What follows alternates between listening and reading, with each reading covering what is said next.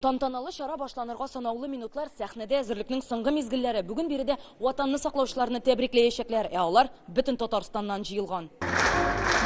Күзләрендә яшь, йөзләрендә елмаю, дәһшәтле сугыш еллары һәрберсенең күңелендә. Бүген ватанны саклауга керткән өлешләре өчен Татарстан президентыннан рәхмәт сүзләре. Илебезнең данлыклы тарихы, аяуслы батырлык үрнәкләре, матур хәрби традицияләргә бай.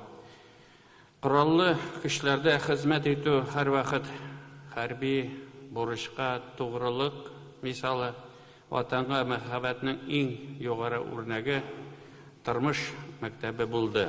Бик ватан сугышы ветераннары аерым игътибарга лаек. Аларга бүген җиңүнең 75 еллыгы медальләре тапшырылды. Илебез тыныч, Казаныбыз тыныч, Казаныбызда бөтен нәрсә гөрләп тора таң атканда.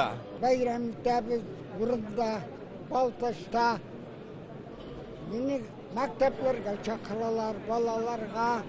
Менә монда килгәнче дә гимназиядә булдым, гимназиядә сөйләдем.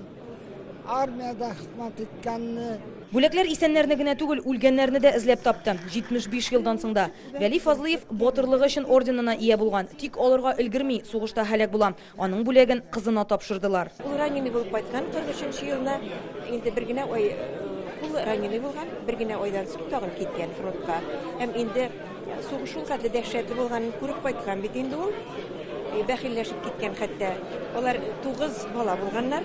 Сеңелләре, опалары белән бәхилләшеп киткән. Тамашачылар арасында бүген тыл хезмәтчәннәре, концлагерь әсирләре, Ленинград камалышында яшәүчеләр, әфганчылар бар. Без инде гомумән февраль аен тулкынлану белән кабул итеп алабыз, һәрбер әфганчы.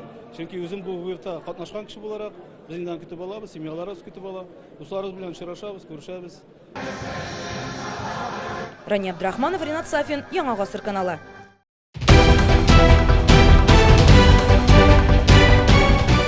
Республиканың барлык төп хәбәрләрен, тапшыруларны һәм фильмнарны иң яхшы сыйфатта ТНВ YouTube каналында карагыз.